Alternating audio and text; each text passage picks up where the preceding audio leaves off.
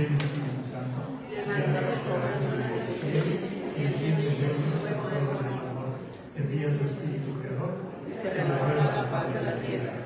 Oremos, oh Dios, que has querido ilustrar los corazones de tus hijos con la luz del Espíritu Santo. Haznos dóciles a sus inspiraciones, para gustar siempre de bien y gozar de su consuelo por Cristo nuestro Señor. Amén. Dios te salve María, llena eres de gracia, el Señor es contigo. Bendita eres entre todas las mujeres y bendito es el fruto de tu vientre, Jesús. Santa María, Madre de Dios, ruega por nosotros pecadores, ahora y en la hora de nuestra muerte. Amén. Gloria al Padre, al Hijo y al Espíritu Santo. Como era en el principio, ahora y siempre, por los siglos de los siglos. Amén. Cristo, Rey nuestro. Venga tu reino. María, Reina de los Apóstoles. Ruega por nosotros. Pueden sentarse. Iba a decir y acomodarse bien para la hora siguiente, pero no es necesario añadirlo. Antes de continuar con el tema de la Virgen o de María, mujer, esposa y madre, quiero comentarles algo sobre el altar de muertos. Saben que Dios nuestro Señor es Dios de la vida y también Dios de la muerte. Y que la Iglesia, que tiene presentes ambas realidades en su calendario litúrgico hacia el final del mismo, pone a nuestra consideración precisamente estas dos realidades. Y primero nos pone el Día de Todos los Santos, que son los que ya han alcanzado la meta a la que todos nosotros aspiramos y que gozan ya de Dios por toda la eternidad y que nos los presenta como ideales, como modelos en la vivencia de su cristianismo, de su relación con el Señor. Y que esto, cada uno de nosotros lo tiene que ver como una posibilidad, lo tiene que ver como algo real. Es posible porque el Señor nos dice en el Antiguo Testamento, sean santos porque yo soy santo. Quizás no siempre tenemos el concepto correcto de santidad y pensamos que un santo es una persona de otro mundo con aureola y que flota y que es impecable. Y no es así. Santo significa literalmente, y es un puente al tema que les voy a tratar después, pero todavía no entramos en ello, significa literalmente aprobado. Sanchitus, de un verbo latino que es sancio, que significa aprobar. Y se puede aprobar con un 6 y se puede aprobar con un 10. Aprobado. Llamamos santos normalmente a los que la Iglesia ha reconocido su santidad por alguna virtud especial y son los santos canonizados. Pero seguramente nosotros hemos convivido y estamos conviviendo con santos y con santas, aunque no traigamos aureolas y aunque no flotemos, porque santo significa, en definitiva, vivir en gracia de Dios. Si nosotros estamos en gracia de Dios y en este momento nos llegara la muerte, estaríamos aprobados ante Dios. Es posible que tuviéramos que pasar algo de purificación en el purgatorio, que, les recuerdo, no es un lugar, es un estado. Hay lugar cuando hay materia. No hay lugar cuando hay espíritu. Y el alma es espiritual. Y después de la resurrección de los muertos, nuestro cuerpo que resucitará será también espiritual y no necesitaremos un espacio. Porque ayer una señora me decía en la charla de ayer, decía, oiga, ¿y cómo es posible que después de tantos miles de años, con tanta gente en el mundo, quepamos todos después de muertos en algún lugar, como el purgatorio, por ejemplo? Yo le dije, mire, ese problema no existe, porque el purgatorio no es un lugar que puede colocarse, no sé, en los desiertos de Siberia. Ahí cabríamos, pero de todas maneras no es un lugar. Y tampoco está en Marte o en Plutón o en otra galaxia. Es un estado espiritual de purificación, transitorio en el sentido de que tiene que pasar un tiempo, nosotros lo hablamos así, tiene que pasar un tiempo para que después, purificada el alma, ya aprobada básicamente, pueda disfrutar de Dios por toda la eternidad. Veo una mano que se levanta ahí. Padre, perdón, pero me confundo un poco porque en un testimonio de Gloria Polo ella dice que Dios le permitió... ¿Esos testimonios de qué? Gloria Polo. Sí. Que Dios le permitió visitar el purgatorio. Entonces, Sí, sí. Mire, está hablando para nosotros seres de alma y de cuerpo. Y para entender las cosas tenemos que verlas. Entonces Dios puede permitir ver el purgatorio a una persona, pero no es porque se encuentre en California o en Indochina o en Plutón. Dios puede permitir ver lo espiritual materialmente y puede ser perfectamente lo que le haya concedido a esta mujer que usted dice. ¿Me explico? Pero no es un lugar, o dígame dónde queda. ¿Qué dice el Waze sobre el purgatorio? A ver si coincidimos.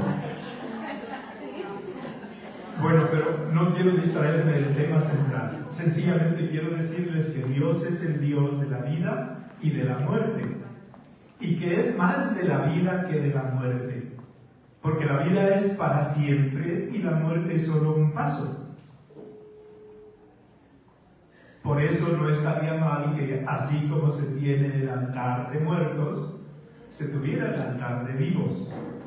De alguna manera una iglesia, sobre todo iglesias de siglos pasados, más amplias, tienen, además del sagrario, santos y santas, o en la parte del ábside o en las capillas laterales. Y esa es la celebración de la iglesia que se alegra con el triunfo de hermanos suyos que ya terminaron esta vida y que fueron aprobados por Dios nuestro Señor. Si llegamos a lo del altar de la muerte, el altar de los muertos, hay que ver qué elementos son cristianos y cuáles no son cristianos. ¿Es un elemento cristiano el recordar a los muertos? Claro. ¿Puede haber un altar a los muertos? Puede haberlo. Si tenemos nosotros presente que hay culturas en las que el tema de la muerte es un tema tabú y nadie habla de ese tema y está prohibido hablar de ese tema. En la antigüedad, Roma, la actual Italia, tenía fama de ser particularmente supersticiosa en todo su imperio. Y quedan restos de esas supersticiones. Les cuento uno. En una ocasión, al Centro de Formación de Filosofía y de Teología que tenemos los legionarios en Roma, se invitó a uno de los secretarios, no sé cuál haya sido, el de educación o el que haya sido, que allá llaman ministros, pero en definitiva es el mismo oficio, a dar una conferencia a nuestro auditorio. Y nuestro auditorio en ese momento tenía en el estrado una alfombra morada. Y el italiano, que es muy supersticioso, solo por ver el color y relacionarlo con la muerte, no se acerca y no la pisa. Recuerden ustedes que hay otras supersticiones. Piensen en martes 13, piensen en el número 13 en cultura, pero son supersticiones. Con perdón, pero voy a intentar ser duro y rápido. Esa es ignorancia o debilidad mental, la que ustedes quieran. Entonces les decía que hay culturas en las que no se puede mencionar la muerte. Y hay otras culturas como la mexicana, sobre todo a partir de Posada, que era de Aguascalientes, que empezó a representar la muerte de una manera festiva, acercando el tema de la muerte a la consideración y a la experiencia del pueblo. Y no está mal acercar festivamente el tema de la muerte a la vida de las personas, porque en definitiva la pone delante de nosotros, de nuestros ojos, y tiene elementos que nos deben enseñar. Si le ponemos límites, porque si hablamos de santa muerte, eso es un error gordísimo. Primero porque la muerte no es una persona, y segundo porque no siendo una persona no puede ser santa.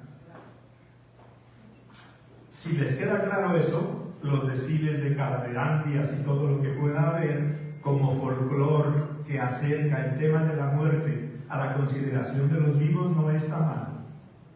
Preguntas, objeciones, lamentos sobre este punto. Luego habría que intentar explicar cada uno de los elementos del altar de muertos, que seguro tiene significado dentro de la cultura prehispánica asumida por las distintas generaciones posteriores.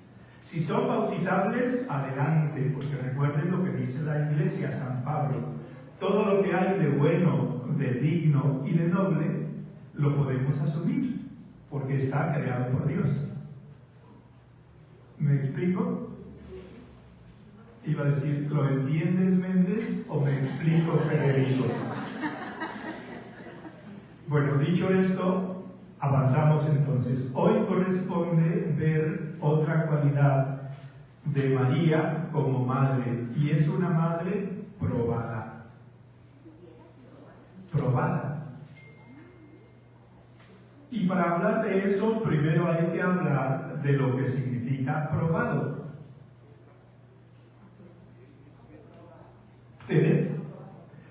Sabemos lo que significa probar. ¿Ha probado usted hoy el pan de muertos? Hemos probado el pan de muertos.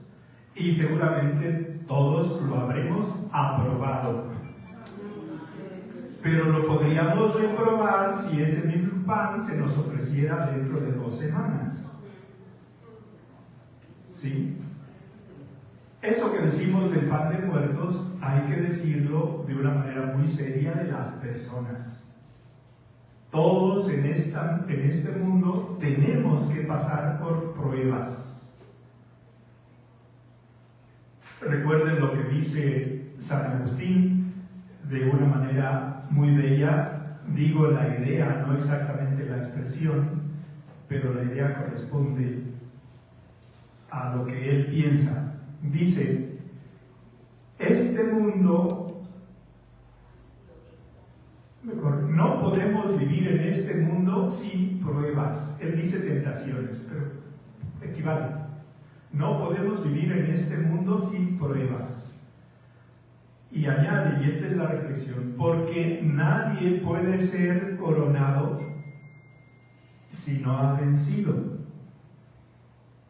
ni vencer si no ha luchado, ni luchar si no tiene pruebas, si no tiene enemigos, si no tiene tentaciones.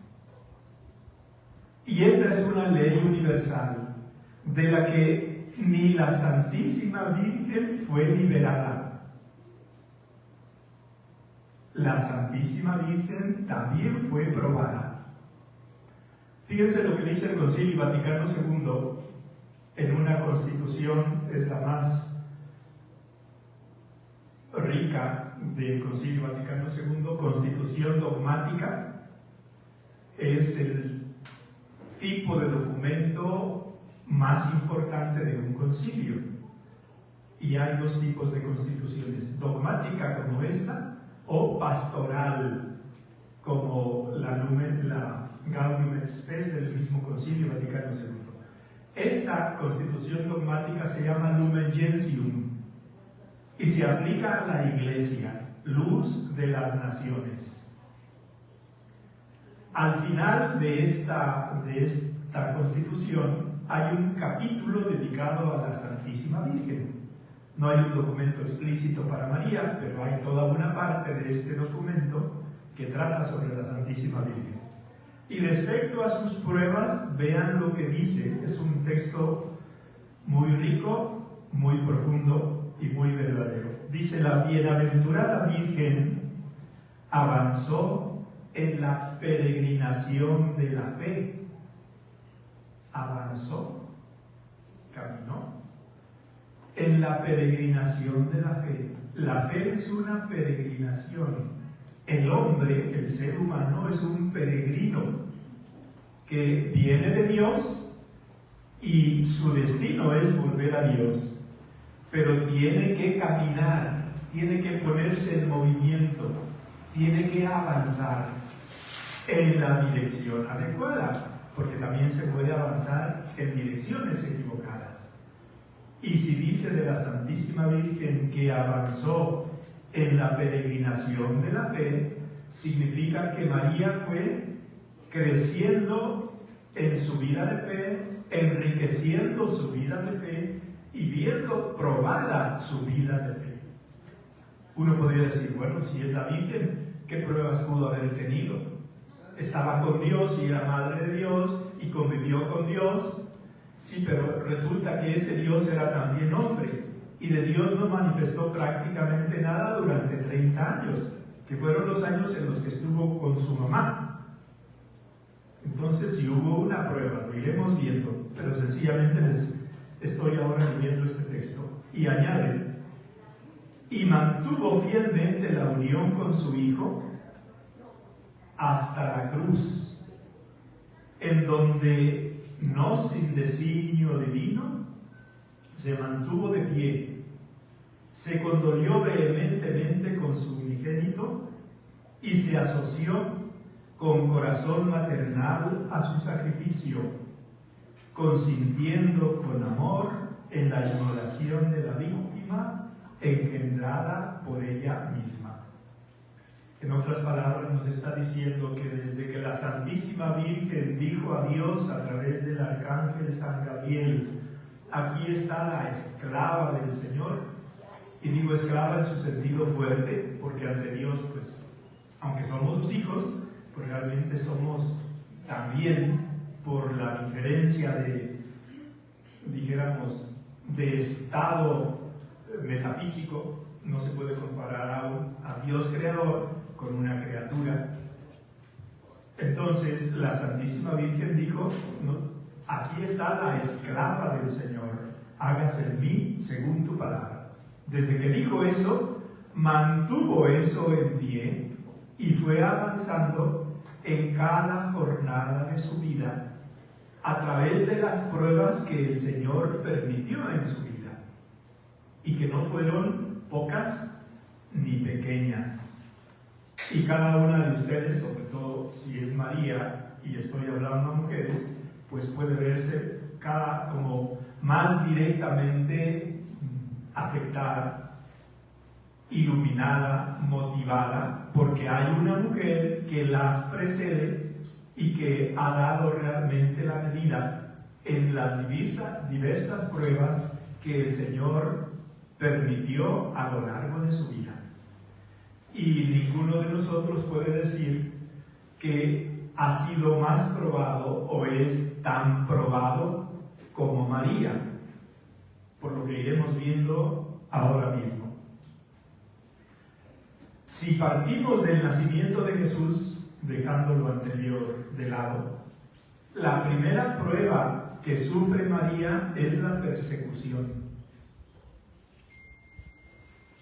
¿Recuerdan que Herodes, el inocente entre comillas, Cuando los magos acudieron a él para preguntarle dónde había nacido el rey de los judíos, porque habían visto su estrella y querían adorarlo, ignorante como era, consultó, dijéramos, a su equipo religioso, a su secretaría de religión o de culto.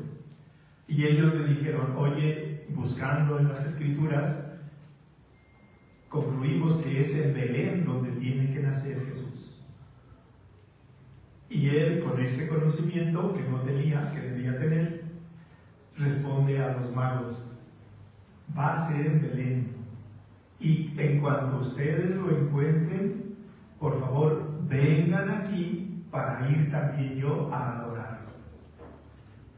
Esa es, dijéramos, la actitud de un gobernador, de un gobernante, de una autoridad hipócrita y asesina, porque hizo esas dos cosas: engañar a los magos y mandar matar para quedar seguro a los que tuvieran menos de 2 años en Belén y sus alrededores. Pensaba él que de esa manera ganaría.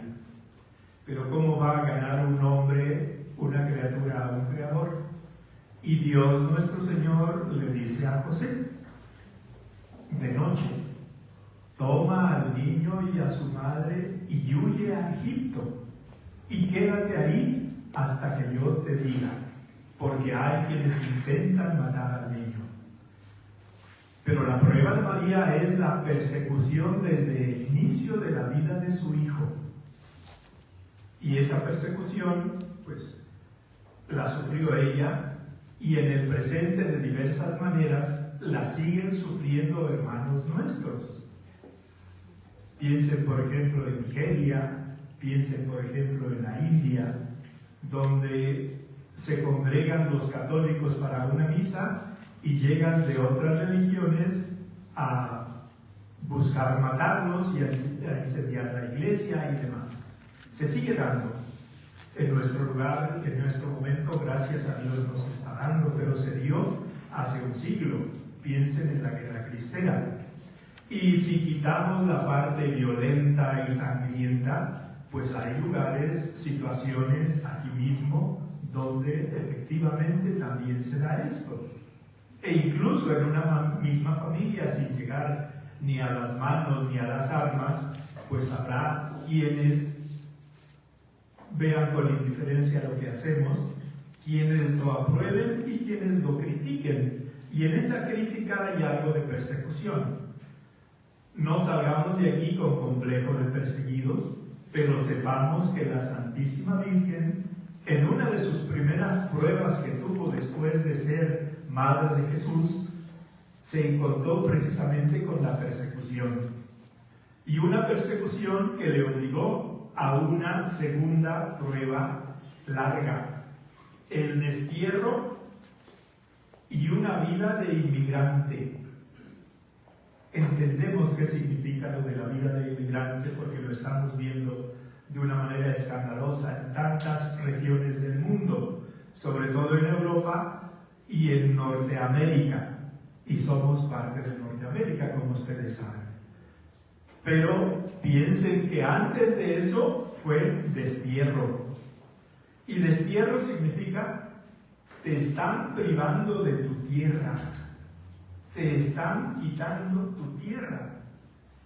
Eso que inicialmente dijéramos es el patrimonio de una familia, de una ciudad y de una nación, tienes que abandonarlo. Y abandonarlo significa te vas a ir a otra tierra. Y de esa otra, bueno, el traslado, piensen ustedes, un traslado de centenares de kilómetros desde Belén hasta Egipto. Ahí está de por medio toda la península del Sinaí. Está todavía parte del sur de Tierra Santa y luego propiamente toda la península del Sinaí y luego el Egipto, donde haya sido. Y ese destierro implica, vas a prescindir de tu familia, vas a prescindir de tu ciudad, vas a prescindir de tus seguridades ambientales, vas a prescindir de tu lengua, vas a tener que aprender otra lengua, vas a tener que hacerte a otras costumbres. Y recuerden que todo esto, pues, es más costoso cuanto mayor es la persona que se ve afectada por una prueba de este tipo. Pues la Santísima Virgen tuvo la prueba de ser desterrada. Y tuvo sobre todo la prueba de una vida de inmigrante casi durante 10 años, o 10 o 12 años. Porque recuerdan ustedes que años después, así como un ángel se aparece a San José en sueños, paréntesis, se ha difundido hace tiempo en muchas naciones católicas del mundo la imagen de San José dormido. Ayer bendije a una señora, no sé si traía 15 o 20 San José dormidos, como un apostolado que quiere ir donando a personas o a familias, no sé. Y me preguntaba que por qué dormido. Y yo le dije porque en varios sueños de José el Señor intervino para decirle cuál era el siguiente paso. Primero, para aceptar a María, embarazada sin intervención de él. Segundo, para llevarla a Egipto juntamente con el niño recién nacido. Y tercero, para volver de Egipto. Añade el texto, porque ya han muerto los que querían matar al niño, es decir, Herodes.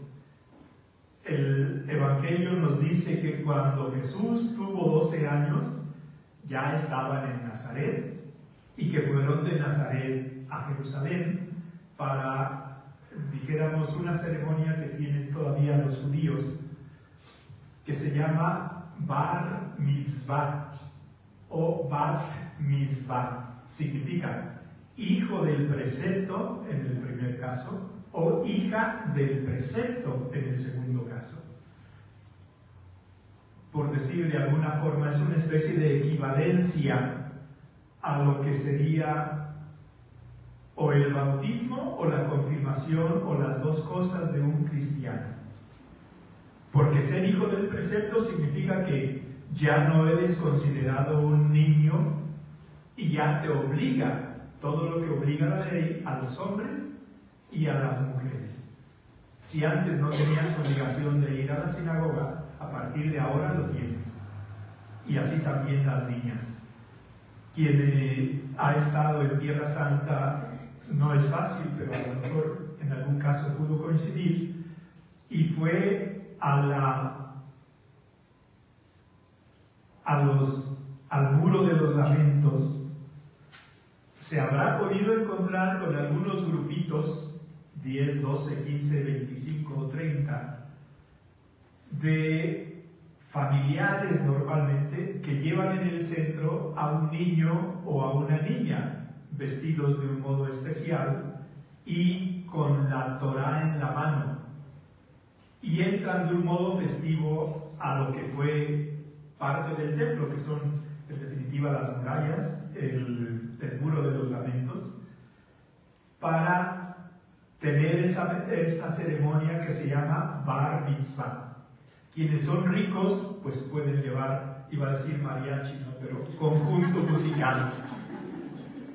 Y más fino cuanto más dinero tengan. Y es posible que vayan desde Nueva York o desde Shanghái o desde donde viva la familia, según las posibilidades económicas.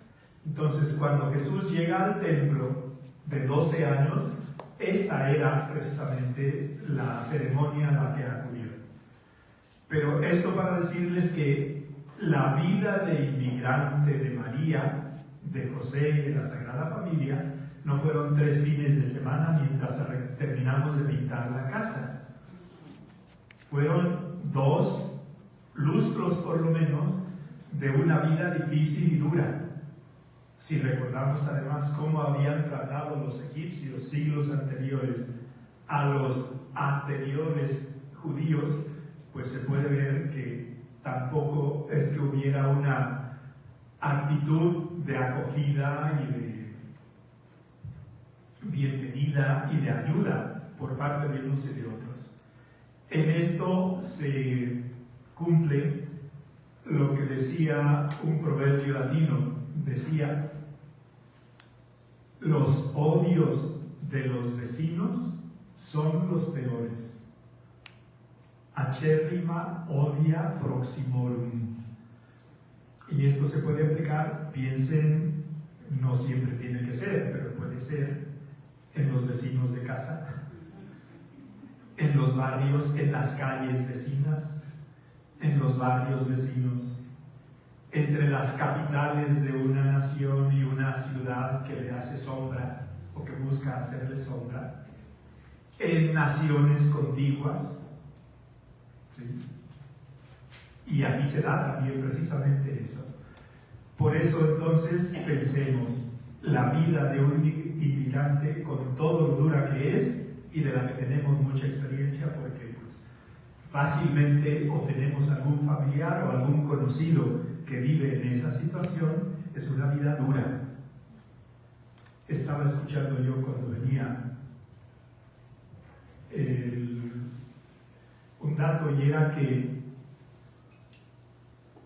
en el mes de septiembre llegaron como ingresos al país de los inmigrantes algo así como 5.500 millones de dólares.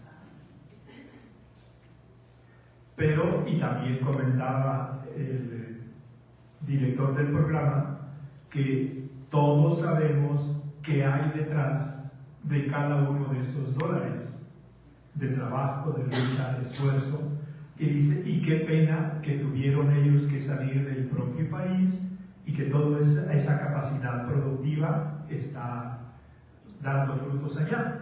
Pero bueno, están llegando estos resultados. Con esto sencillamente quiero valorarles que la vida que tuvo la Santísima Virgen, la vida que tuvo San José, la vida que tuvo Jesús en sus primeros años, que marcan tanto también el modo de ser, pues fue una vida dura, una vida difícil. Y que si nosotros tenemos personas que viven en esta situación, tenemos que valorar más ese esfuerzo, tenemos que reconocérselo más y tenemos que acogerlas mejor cuando tengamos contacto con alguna situación así. Piensen en todos los que van atravesando el país. Creo que hace 2 días salían de Tapachula más de 5.000 juntos para llegar al norte y procurar pasar de alguna forma a los Estados Unidos.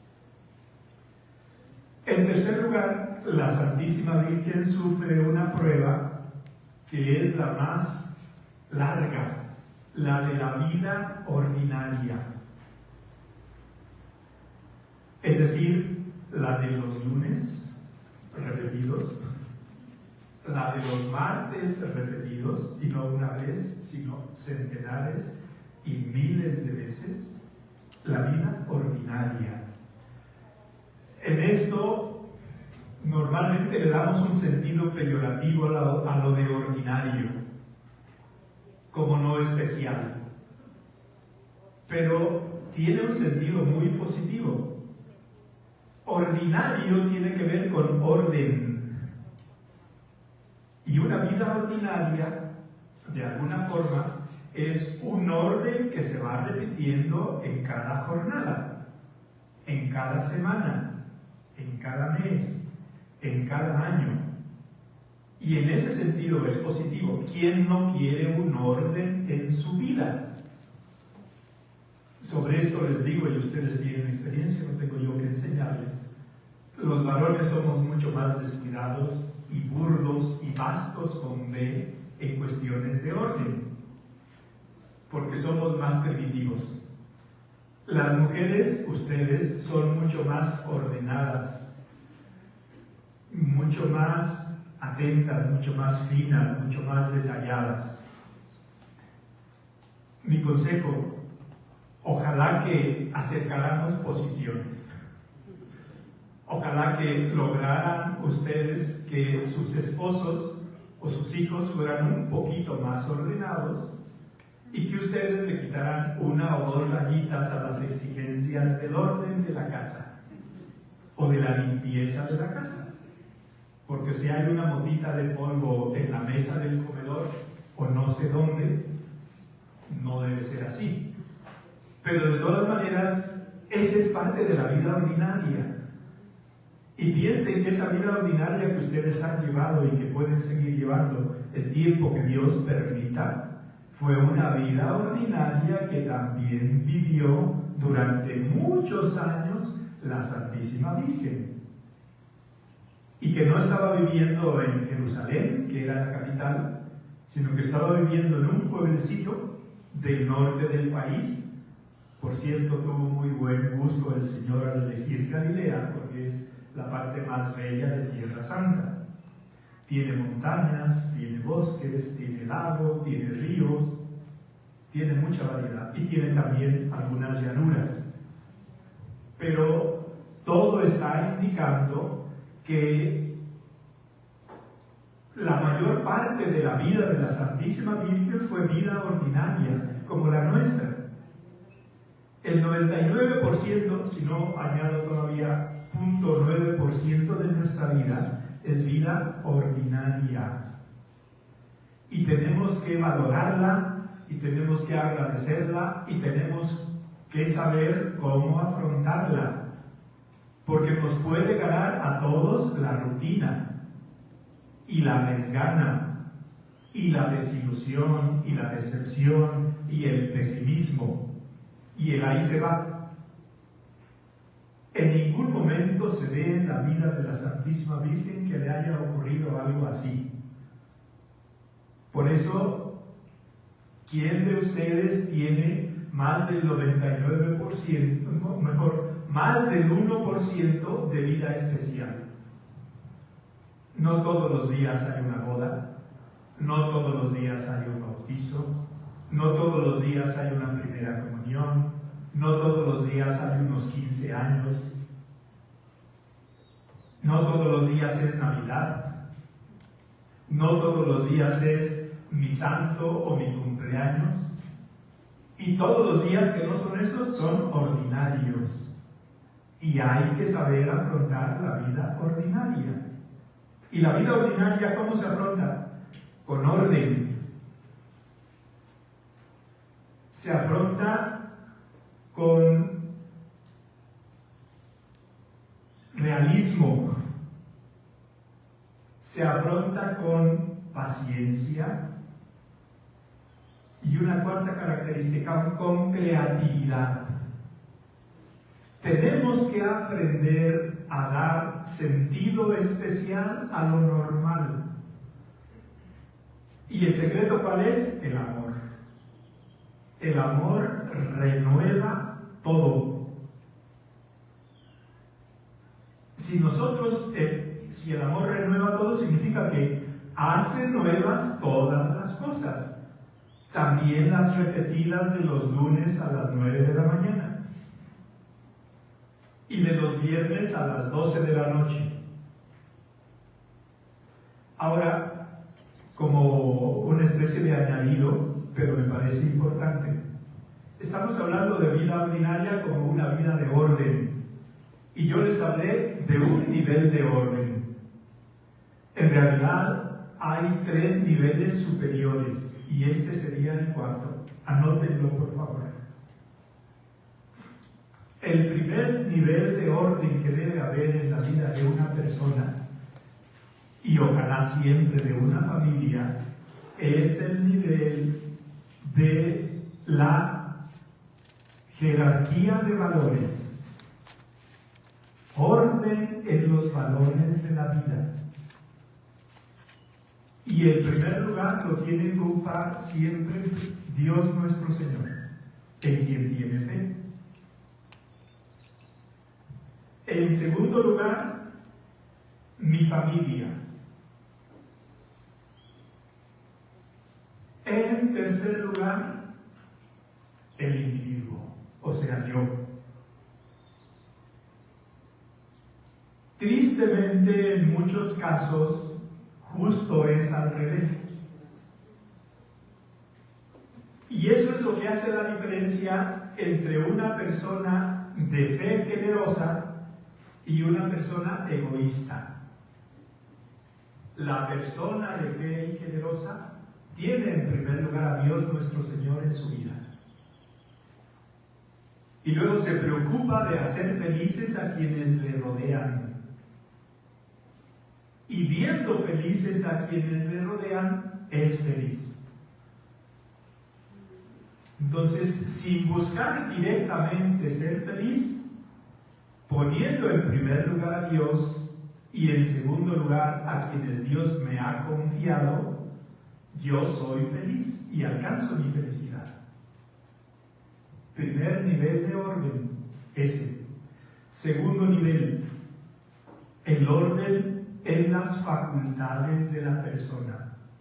No se trata aquí de facultad de farmacéutica o de facultad de ingeniería, sino las facultades espirituales de la persona y las otras facultades de la persona.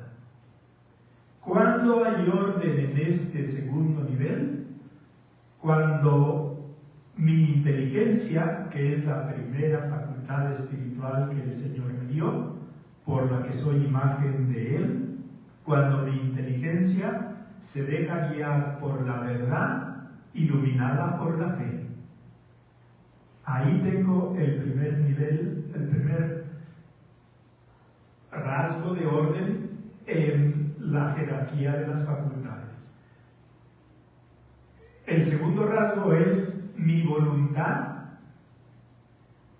guiada, que busca el bien y se deja guiar por el amor. Y debajo de eso, todo lo demás. ¿Y qué es todo lo demás? Fundamentalmente, mi vida emotiva, mis sentimientos, mis afectos, mi memoria, mis recuerdos, mi imaginación y mis sentidos exteriores. Una persona es madura desde este punto de vista cuando quien guía la vida de esa persona es la inteligencia iluminada por la fe y la voluntad que busca el bien y se deja guiar por el amor. Y las otras facultades están debajo y obedecen. Pero suele ocurrir que la vida emotiva, y quizás más en la mujer, tiene tanta importancia que se coloca sobre la inteligencia y sobre la voluntad y guía la conducta de las personas. Y por eso muchas veces hay tantos altibajos. Y por eso muchas veces hay tantos errores, tantas imprudencias. Desde luego que nadie es perfecto. Y es parte de nuestra lucha el lograr que hoy, con la vida de hoy, mañana con la vida de mañana, vayamos logrando un mayor orden en este nivel. Ustedes tienen experiencia de cómo cuando estamos bien con Dios, por un lado, y cuando nos dejamos guiar por principios, y cuando nos dejamos guiar por valores, todo marcha bien, aunque haya problemas. Pero que cuando hay problemas y no tenemos estos puntos de referencia, pues somos una especie de república en rebelión perpetua, donde cada sentimiento es un jefe de Estado que nos gobierna horas, días, semanas, meses o años. Y cada uno elige. Lo grande de esta reflexión es que podemos tenerlo presente y podemos intentar organizar mejor este nivel. Tercer nivel, el de las actividades. Orden en las actividades. Habrá cosas importantes que hay que poner en primer lugar. Habrá cosas urgentes que haya que resolver de inmediato, porque si no se nos quema la casa, por decir. Habrá cosas útiles y habrá cosas gustosas. Por lo menos esas 4 categorías deberían estar. Importantes, urgentes, que no vivamos para las urgencias y que las urgencias no se sobrepongan a lo importante. Útiles y gustosas. En ocasiones somos caprichosos y vivimos primero para las gustosas. Y por eso lo importante y lo urgente lo aplazamos. Lo hacemos en los últimos 10 minutos y nos sale mal. Cuarto nivel, el que comentábamos antes. Yo lo llamo los instrumentos de trabajo. Y ahí está la casa, y ahí están los archivos en la computadora, porque estoy viendo por aquí una computadora delante. ¿Sí? Y está dentro de la casa, pues la cocina y la lavandería y la ropa y todo lo que ustedes saben y tienen experiencia de todos los días. Bueno, piensen, la Santísima Virgen María vivió su vida ordinaria durante ¿cuántos años? No sabemos. San Lucas nos da una pista. Dice que cuando Jesús empezó su vida pública tenía como unos 30 años. Si él entonces tenía unos 30 años, la Santísima Virgen podría tener en ese momento quizás 46, 48. Añádanle 3 años de vida pública y vamos con 51. Y añádanle los años que no sabemos. Porque Dios, el Señor se la encargó a San Juan y según la tradición acompañó a San Juan a Éfeso y ahí, según una tradición, en Jerusalén, según otra tradición, terminó su vida. Podemos ponerle 65 años, podemos ponerle 70, no sabemos. Es un dato que a nuestra curiosidad le vendría bien saber, pero que no es necesario para nuestra fe. Y como en la Sagrada Escritura se nos dice lo necesario para nuestra fe, guardémonos esa pregunta para momentos en los que podamos tener otro tipo de respuestas por parte de Dios. Entonces, vida ordinaria de la Santísima Virgen. ¿Quién mejor que ella tenía su jerarquía de valores en Dios? Aquí está la servidora del Señor. Hágase en mí según tu palabra. Ese fue su norte. Esa fue su torre de control. Esa fue la estrella que la guió durante toda su existencia. ¿Quién mejor que ella para ver en pocos pasajes en los que aparece ese orden de sus facultades? Nunca vemos a la Santísima Virgen, aunque la vemos angustiada, oímos que se angustió, nunca la vemos desvelenándose. Hay una escena de una película que se pasó inicialmente por episodios en Italia, que seguramente ustedes vieron, se titulaba Jesús de Nazaret, de un director italiano extraordinario que se llamaba Franco Zeffirelli. ¿No le suena el nombre? Sí. Bueno, toda la película a mí me convence mucho, pero no me convence la imagen de la Santísima Virgen como muy desencuadernada al tener a su hijo muerto en brazos. De todas maneras, si hubiera ocurrido algo así, pues por la intensidad de la emoción y del momento y la unicidad de la experiencia se podría comprender. Pero yo creo que, siguiendo lo que nos dice San Juan, y eso nos consta, que la Virgen estaba de pie junto a la cruz de su Hijo, nos está diciendo no solo una postura física, nos está hablando de una actitud espiritual. Y esa actitud espiritual es de entereza, es de fortaleza. Y es eso lo que a nosotros nos da una idea del orden en el que la Santísima Virgen tenía sus facultades y en el que la Santísima Virgen actuaba durante toda su vida.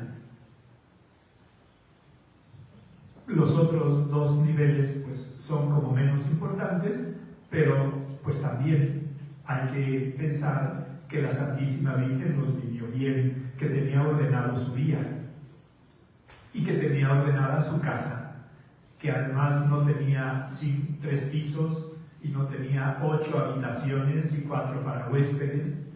Si nos atenemos a los restos que quedan en el corazón de la actual Basílica de Nazaret, pues es una casa, será de que 4x4 a lo mejor, no mucho más. De ahí cabía todo. Y era más fácil ordenar eso. Entonces, ese otro aspecto de la vida de la Santísima Virgen es importante. Y aquí cada uno de nosotros tiene que reflexionar: ¿cómo vivo yo mi vida ordinaria? Porque se trata de mejorar. Si hay ilusión, si hay orden, si hay realismo, si hay comprensión, si hay creatividad, porque al final esto es lo que nos puede ayudar mucho a cambiar la actitud y el color de nuestra propia vida y de la vida de los que nos rodean, por tanto de la casa y de la familia. Hay otro elemento importante en las pruebas de la Santísima Virgen que no siempre consideramos, y es la soledad. La soledad se puede ver o como una desgracia o como una conquista. Si es una desgracia, suele ser resultado de pérdidas. Piense en una muerte, piense en una separación, piense en una lejanía física por determinadas circunstancias, momentos, periodos. Y hay que saber afrontar este tipo de soledad.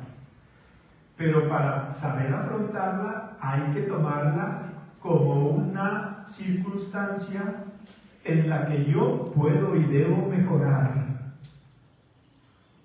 Y desde el punto de vista de la fe, recuerden, todo contribuye al bien de los que aman a Dios. Todo. Les recuerdo que San Agustín, y si no fuera él, parecería una herejía, dice todo, incluido el pecado. Escuchen bien, no dice todo es bueno, incluido el pecado. Ahí sí sería una herejía.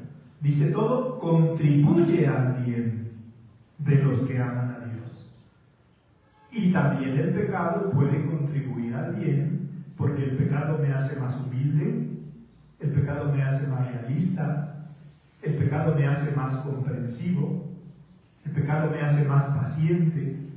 Se pueden sacar beneficios del pecado, no porque lo busque, sino porque quiero aprender de este mal paso que he dado. Bueno, dentro de esa perspectiva y de esa consideración, la soledad también contribuye al bien si yo busco a Dios nuestro Señor. ¿Cómo se dio esto en María? Pues recuerden, no nos habla a nosotros el Nuevo Testamento del momento porque no es esencial para nuestra fe ni para nuestra salvación. Pero seguramente cuando Jesús empieza su vida pública ya había muerto José. ¿En qué nos podemos basar? En el segundo capítulo del Evangelio de San Juan, que son las bodas de Caná. Ahí está invitada María y está invitado Jesús. Si eran familiares, es imposible que no estuviera invitado el papá o el esposo en caso de que todavía viviera. Si no está, seguramente ya habría pasado a otra vida. En la Basílica de Nazaret, no es en la Basílica de Nazaret, es en la iglesia de San José, que se encuentra a unos 200 metros de la Basílica de Nazaret, en dos momentos está representada la misma escena. Es la muerte de José. En un caso se trata de una vidriera y en otro caso se trata de una pintura al fresco. Pero se ve ahí a María y se ve a Jesús, ya adulto, más o menos de la edad que iba a tener cuando empezara su vida pública, y se ve a San José recostado y como enfermo. Pero ahí tenemos un primer nivel de soledad y una primera circunstancia de soledad. Y fue más amplia la parte de vida, bueno, no lo sé, los años de soledad de María viuda fueron muchos, porque fue antes de la vida pública de su hijo, toda la vida pública de su hijo, no fueron tantos, pero fueron 3 años, y todos los años posteriores en los que estuvo acompañando a los apóstoles en los orígenes de la vida de la Iglesia y a San Juan Evangelista. Por tanto, la Santísima Virgen entiende qué significa la vida de una viuda, y quienes ya tengan este estado de vida, pues sepan, no hay ninguna situación, ningún dolor que puedan ustedes experimentar en este estado que probablemente también experimentó la Santísima Virgen. La soledad en ese nivel. Pero mucho más dolorosa seguramente fue ver la muerte de su hijo, y que creó otro nivel de soledad. De suyo ya teníamos un nivel intermedio cuando Jesús le dice a María, no nos consta en el Evangelio, pero pues hay que pensar que ocurrió: mamá, a partir de mañana voy a empezar a realizar mi misión. Y esto supondrá que dejo Nazaret y voy a andar por toda Tierra Santa. Seguramente fue un momento doloroso, pero la Santísima Virgen, como toda buena madre, dejó en libertad a su hijo y no le puso obstáculos para que pudiera realizar su misión. Entonces la Santísima Virgen fue privada de la compañía de José y de la compañía de su hijo. Dijéramos una especie de soledad al cuadrado. Y fueron muchos años, y la Santísima Virgen supo vivirlos. Una última reflexión: la Santísima Virgen fue probada de una manera importante también por el paso del tiempo hasta el final de su vida. Y sabemos que en ocasiones lo más difícil no es ser generosos en una prueba especial que el Señor nos envía, sino ser delicadamente fieles hasta el final de nuestras vidas. No conocemos cuál es esa fecha, la sabe Dios. Lo que a nosotros nos tiene que iluminar es lo que nos dice la Sagrada Escritura por boca del Señor en el Evangelio: le basta a cada día su afán. No debemos preocuparnos ni ocuparnos del mañana, que no tenemos y no sabemos si vamos a tener. No debemos ocuparnos del pasado, que ya no tenemos. Debemos ocuparnos del presente. Y el presente, vean cómo en español, en otros idiomas no es así, pero en español presente también significa regalo. Dediquémonos al presente, que es un regalo de Dios nuestro Señor. Preguntas, quejas, objeciones, lamentos, todo eso junto. A ver. Padre, es una pregunta. ¿Cómo afrontar esa soledad o a veces tristeza? Háblelo con Dios y deje que Dios la vaya llenando. Y le basta a cada día su afán. ¿Sí? Gracias. Queda un minuto. ¿Quieren ganarse ese minuto o hay alguna pregunta más?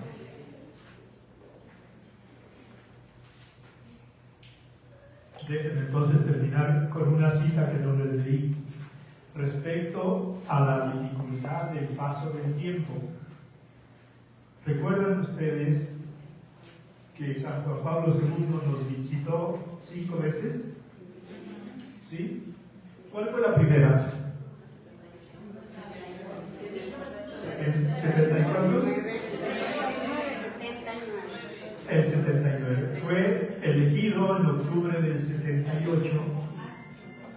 San Pablo VI murió en agosto del 78. Él fue elegido en octubre,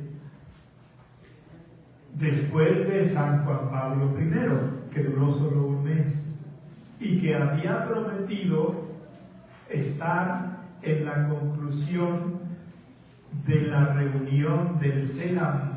CELAM es Conferencia Episcopal Latinoamericana, CELAM, que el 78 tenía su reunión en Puebla.